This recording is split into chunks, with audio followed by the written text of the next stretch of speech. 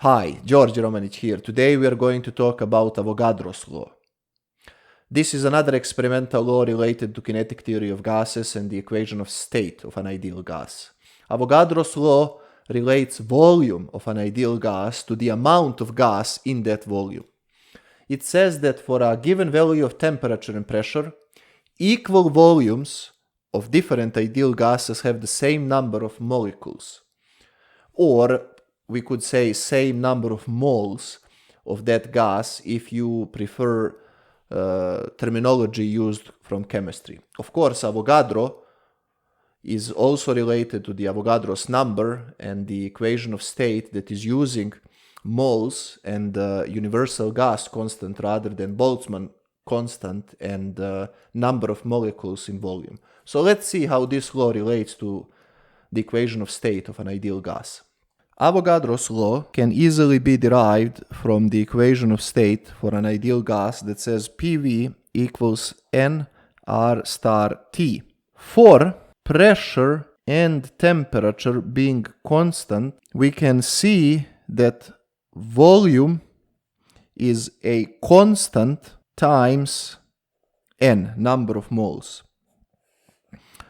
I forgot to mention P is pressure, V is volume, N is number of moles of a gas in this volume V, R star is universal gas constant, and T is temperature in kelvins. So we can see that volume is proportional to the number of moles of the gas if the pressure and temperature are constant. Common interpretation of this law is to say that equal volumes of all gases at the same temperature and pressure will have the same number of molecules. And we already actually demonstrated this in my video on pressures, and we saw how natural that came from that video when we define internal energy and so on. But here, this is another demonstration of that using moles and Avogadro's law. If we compare gases under two different conditions, we can see that V1 N1 is equal V2 N2, and this is the most common application of Avogadro's law. He figured this out using measurements in laboratory at the University of Turin in Italy. Very interesting and useful application of this law is to define the so-called molar volume of an ideal gas. So if I defined Vn as volume over n, that is the so-called molar volume. And you can see that the unit is cubic meter per mole. Or quite often we also use liter per mole. Depends what units you are using in your analysis.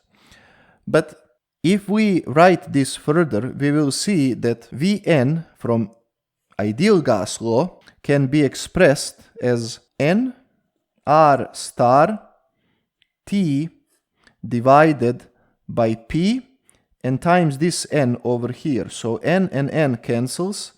So we get that the molar volume of an ideal gas is R star T over P.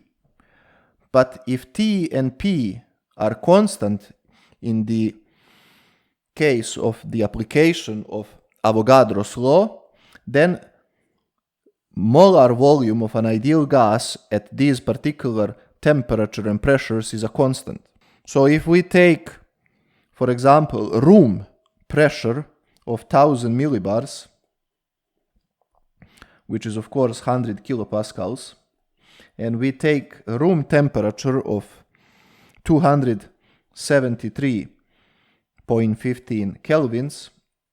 Well, not exactly, this is zero, so your room is then very cold. But at any rate, if we take these reference standard values of pressure and temperature, then you will easily calculate that the molar volume of any ideal gas, this is important, any ideal gas is 22.71 liters per mole. Or liter is also cubic decimeter per mole.